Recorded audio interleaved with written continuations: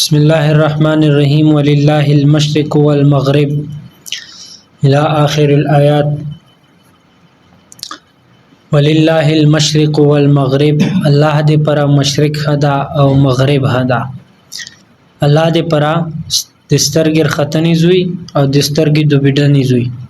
فاینما تولوا فثم وجه الله، چته چې تاسو مخ اړوي الله به مومي. وان الله واسع علیم، مشک هغه الله چې دا ډیر وسیده او ډیر علم لرونکا دا. وقالو اتخذ الله ولدا، دغه خلکو وی جوړ کړل چې الله ځون ته بچی جوړ کړی دی، الله ځون ته اولاد جوړ کړی دا. سبحانه الله پاک دې دینه پاک تا. بل له ما فی السماوات والارض، بلکې الله دې پر دې چې په اسمنونو کې دی او په مځکه کې. قل له قانتون، دا ټول دې الله دې پر تابعدار دي، فرمانبردار دي. بدیع السماوات والارض، بغیر د ډنچینا الله پاک مزکه اسمنونه، بغیر د نقشینا الله پاک مزکه اسمنونه جوړ کړی دي. و اذا قضا امرا فانما يقول له كن فيكون، چې کله الله ایوا معاملہ کوي یا د ایوه فیصله وخت وشي، پس بیا الله پاک صرف وایي چې کن وشا فیکون، بیا اغا چار اغا سی شوی وي. بسم الله الرحمن الرحیم. پرون مو دا خبره کړې وا چې غټ ظلم هغه سړی دا چې دا جماعت نه خلق منی کی، دی الله کور نه خلق منی کی، او دا جماعت خرپونه په کوشش کې لګیا وي. د حواله سره چې څومره تفصیلی او ضروری مسائل وو یا د جماعت آداب له حاصرو، دا ټول تقریبا پرون مو ذکر کړی وي. او 15 هغه مسلې چې هغه د هر انسان د پر چې هغه جماعت ترچی، بلکې هر مسلمان د پر هغه لازمی او ضروری وي، هغه منې خبره کړې و. نن د يهوديونو ایوا بل مسله، چونکی سورۃ البقره کې د يهوديونو د دې هغه خبره ذکر کوي، الله رب العزت هغه خبرو ذکر کړه دا چې هغه د دې حسد دی واجی او د دې شیطنت او د دې ضد او د دې باد خصلتونو. نو ایوا مسله دا هدو چې دوی چې اصل د دې آیات بری کې چې الله دې پر مشرق هدا مغرب هدا، مفسرینو مختلف خبرې لیکلي چې د دې آیات نزول څه واجدو دا څه زمن کې نازل شوه دا. نو علما او مفسرینو 15 اقوال لیکلي، 15 خبرې لیکلي دي چې الله پاک چې دا آیات نازل کړل چې د الله دې پر مشرق تا، د الله دې پر مغرب دا د 15 واجو دی واجه الله ذکر کړل. نو هغه کې پهله خبره دا چې کله چې مسلمانانو هجرت وکړه، نو هجرت نه بعد مسلمانانو د بیت الله په بجای بیت المقدس طرف ته مخ کول او قبله جوړ کړي و، هغه طرف ته بالمنځ کول. او بیا دغه رنګ هغه حکم روغلال نبی علیہ الصلوۃ والسلام ته چې بیت المقدس نه بجای بیت الله طرف ته بیا ایتو روخ شي، د مسلمانانو روخ ته شي، قبله د بیت الله شي. نو بیا چې کله مسلمانانو بیت المقدس طرف ته لمونځ کول، به يهوديونو ایوا شوشه پرېښوله، ایوا پروپاګاندا جوړ کړه، خبرې شروع کړلې په دې موقع منته چې مسلمانانو ته اوس خپل تکلیف او اوس خپل غم او اوس خپل غلطۍ پاته ولګېدله. پیله د بیت الله تل منځونه کول، اوس د بیت المقدس تل منځونه کوي. ورورو د مسلمانون چې دی دا دی موږه هغه دین طرف تر وړي، ویل چې دا بیت المقدس دا د يهوديونو هم قبله و. نو دا خبرې شروع کړې، بیا الله رب العزت دا آیتونه نازل کړل. دا غرنګ مفسرونو ایوا وجه بل لیکلي دي چې کله چې بیا چونکی قبله حکم 2 ځله بدل شو، کله چې بیت الله حکم بیا چې نبی علیہ السلام هجرت نه بعد لوړل 16 یا 17 مہینے نبی علیہ السلام بیت المقدس تل منځ وکړل، قبله حکم ورشوال. بچ بیا دا خبره روغله بیا الله پاک قبله حکم بدل کړل قبله بدل شولا نو بیا دوباره بیا قبله چینج شولا نو دا چې کله بیا دوباره بیت المقدس نه مسلمانانو بیت الله طرف ته التفات وکړل نو نیم علما یې چې دی وخت کې بیا يهوديونو خبرې شروع کړل او مختلف خبرې وکړل چې د کله عالی وی کله دوری وی نو بیا دا آیات نازل شو نیم علما یې چې نه دا حکم نبی علیہ الصلوۃ والسلام حضرت عبد الله بن عامر ربیع رضی الله تعالی عنہ فرمای چې موږ نبی علیہ الصلوۃ والسلام سره شپې و په سفر منته روانو نو تک توره تیروال منځ وخت شوال بس موږ المنځونه وکړل سبي شوال رڼو شولا به موږ نبی علیہ الصلوۃ والسلام ته یې رغلوې ته مو وی چې رسول الله موږ کو المنځونه کړی دي خو موږ ته د قبله پاته نه و چې قبله چیرې دو بس چې چا چیرې مخ و بس وریا غاسل منځ مشکل ده نبی علیہ الصلوۃ والسلام باندې بیا دا ایتونه ورغله یو وجه علماء دا لیکل دي چې دا آیات چې نازل شوه دا د چې کله په سورلای منتی کوم خلق نستوي مخکې بو شون وو په غیب سورلی کېدلا ګوړې بو وي خچرې بو وي خرونه بو په دې بو سورلی کېدلا نو شونو نه شونو باندې چې سورلی کېدلا به چې سورلای کوم طرف ته مخ وډوال نفل به ادا کړل نو بیا هغه دې پر ادا نازل شوه دا چې تاسو چې ته هم مخ وي بس الله اورېدا او پنځمه خبره علماء دا لیکلي دي چې کله چې قبله مشتبه شولا قبله کې اختلاف روغلا چاوي چې دایدو چاوي چې دایدو نو بیا الله پاک دا آیتونه نازل کړل چې ولله المشرق والمغرب چې د الله د پر مشرق خدا او د الله د پر مغرب خدا فاینما تولوا فثم وجه الله چې ته تاسو مخونه اړوي الله به مومي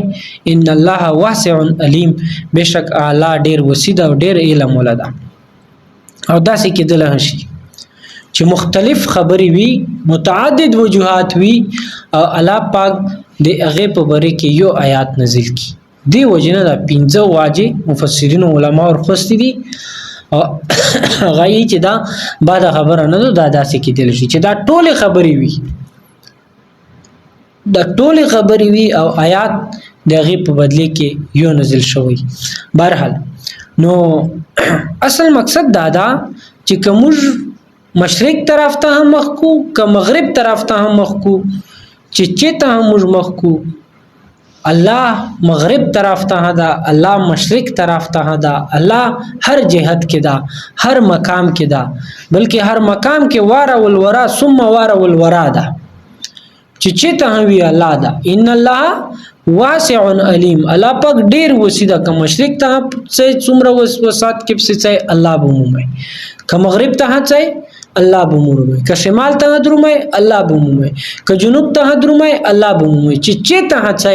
الله غزو کې موجود دا او الله ډیر وسیده او الله سره د دو خبرو علم ده دی وجنا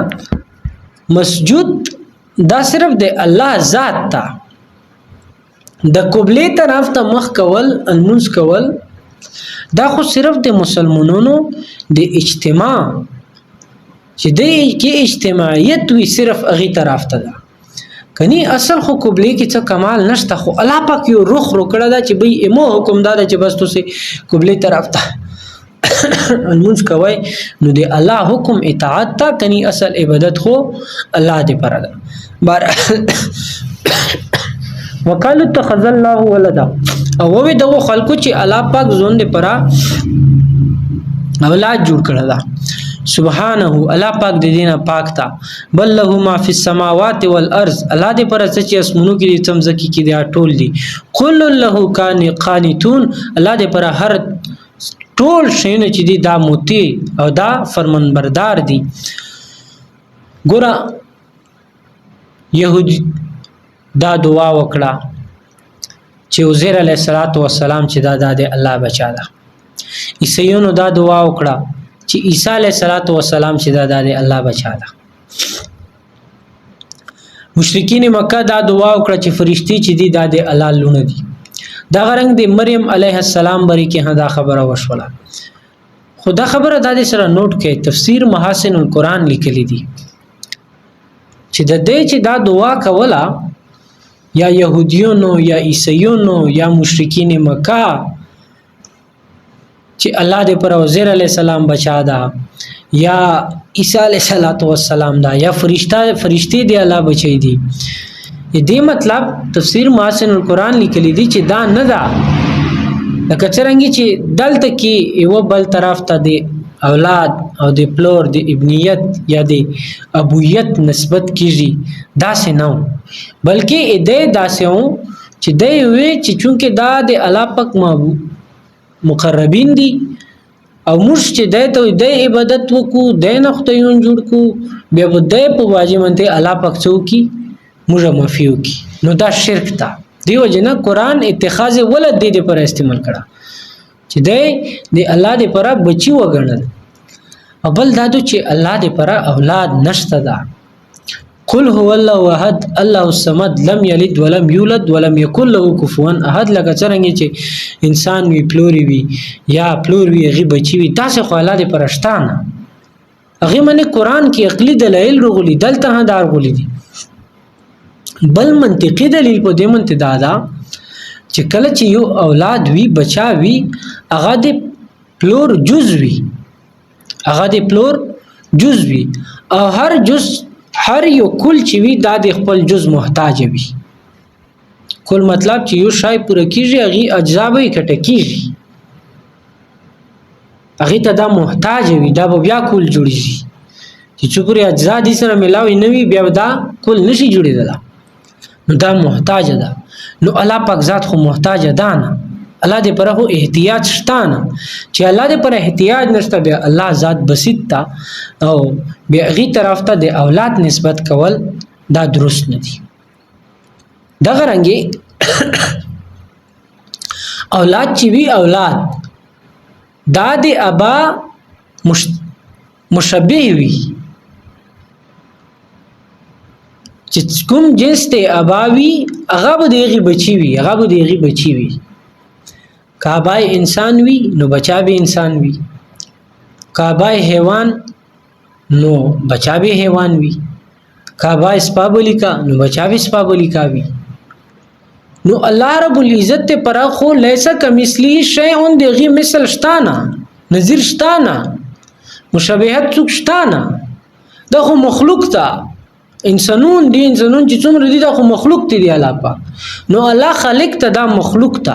نو دې کې هیڅ کله نسبت کول دا نشي کېدله. دی وجنا الله پاک وي چې سبحانه الله ذات دې دینه پاک تا بلکې محتاج اولاد دې پر سړی محتاج اولاد الله خو احتیاج نه پاک تا بل دا چې له ما فی السماوات والارض چې مزکه اسمنو کې چې څومره شیونه دي دا د الله دې پر دي چې دا د الله دې پر دي به الله ته اولاد ضرورت شو اولاد سره دې ته وړي چې سبب زه بوډا شم کمزور وبشم محتاج وبم به مدد کوي. بل دا چې کل له قانتون دې الله دې پر څومره شینه چې دې دا تابعدار مطیع فرمان بردار دي چې دې الله دې پر دم رشینه دي بیا الله ته د اولاد ضرورت شتانه. بدیو سماوات والارض الله پاک بغیر د ډنچې نه بغیر د سنچې نه بغیر د نمونې نه ځکه اسمنونه پیدا کړی دي. درې خبر شاه ولی الله محدث دهلوی حجت الله البالغه کې لیکلي دي چې درې صفات دي. یو صفت ابداع ده. صفت ابداع مطلب دا ده چې هغه پهلا بالکل تخلیق وینه دی هغه کریشن وینه هغه نمونه وینه. اوس انجینیر چې بلډینګ جوړي پهلا هغه ته نقشه جوړي الله پاک د ځمکې اسمنونه جوړ کړی دي هیڅ نقشه نه و بدی دې ته لشي. بل د الله پاک صفت خلق ده پیدا کون هغه چې دی هغه به د الله پاک صفت ده چې هغه الله پاک دنچې نه یا چینه جوړي لکه انسان جوړ کړی ده خاورې نه وبونه جوړ کړی ده دنیا مزکه خاټو وبا ور دانه ټوله دنیا جوړه کړې ده دا خلق ته دریام تدبیر ده چې د دې تنظیم وڅرنګي کیږي. نو الله پاک ځکه اسمنونه بغیر ډنچې نه جوړ کړي و اذا قضا امرا فانما يقول له كن فيكون او چې کله دی وې معاملې وخت روشي دی وې فیصله وخت روشي بیا الله صرف دا وی چې وشه هغه شوی کن فيكون کن فيكون کې وشي ولیکن دا مسله سره زدا کوي چې د کن ټکه چې دا